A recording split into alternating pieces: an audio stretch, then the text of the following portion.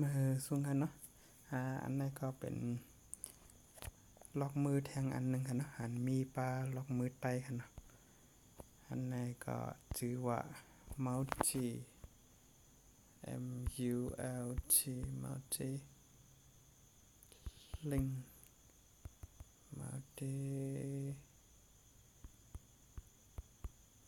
link โอเคบอร์ดนี่กันนะคีย์บอร์ดตัวเนื้อสุดนะครับอันหันห่างขึ้นมาหนึ่งกันเนาะ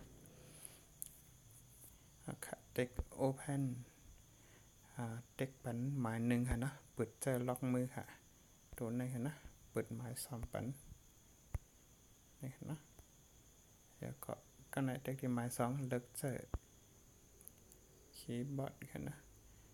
ตัวนี้ค่ะ multi link คีย์บอร์ดค่ะก็ในสามตัวนี่ค่ะนะมาแล้วค่ะอันนี้เป็นมีอังกฤษด้วยค่ะนะกำนันเข้าใจเลยเอาลิกไตเข้ามาใส่ลิกไตเข้ามาเด็กอยากก็ลักจู languages นี่ค่ะนะตัวในอยากก็ไหนมาเลิกปันทีหมาย6นี่ค่ะ Southeast Asian นี่ค่ะนะแล้วก็ลงอังเตอร์สุดค่ะลงอังเตอร์สุดนี่ค่ะเนาะตัวในชั้นนี่ค่ะนะภาษาไต้มีกันนี่ค่ะนี่ค่ะนะลิกไตอังกฤษไต้นี่ค่ะนะเป็นภาษาลักจูเด็กตัวนี้ก็ลักจูไต้อังกฤษนี่ค่ะนะโอเคในก็ตัวเล็กเอาก็มีอะไรค่ะเนาะเด็กตัวไหนทางไหนก็ settings ค่ะเนาะ setting แล้วก็ side post ไหนเนาะ side post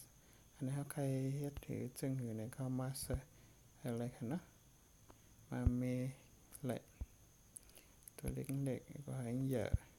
อันนี้เขาเตรียมเอาตัวอันที่ตัวซ่อนตั้งหลังนะเล็กๆนะเขาเตรียมเอาเด็กปันตัวไหนเดี๋ยวหายกว่าค่ะเนาะค่ะเอามาจามแต้มตัว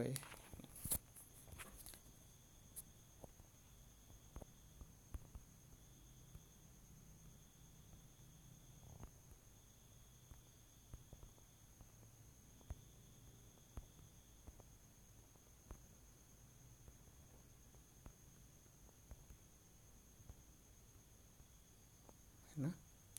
เอาค่ะอันนี้ก็แต่เลยเตรียมจอมเปิงทัดลิคันนะเตรียมจอมเปิงเฮียนอำไรค่ะพอติดเตรียมตาเดนี่ค่ะนะหน้าเนมายักจำแม่แล้วก็มาต่างตื้อสองแพทย์จำนาเมืองนะครับเนาะอันนี้เป็นลายแต้มให้มันถูกแมนจอมเปิงทัดลิกค่ะเนาะ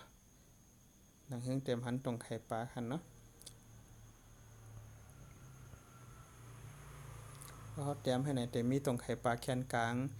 แล้วก็ป้อเปิ้นอ่านในก็เปิ้นก็ได้หันปลาเนี่ยมันก็ได้สุกสักตานั่นขนาดนะ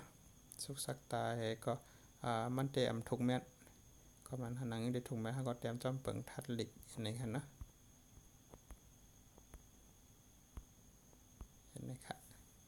เตรียมตัวแม่ลิกอ่อนต่างนะครับเนาะแล้วก็จงกระเสนี่ค่ะเนาะ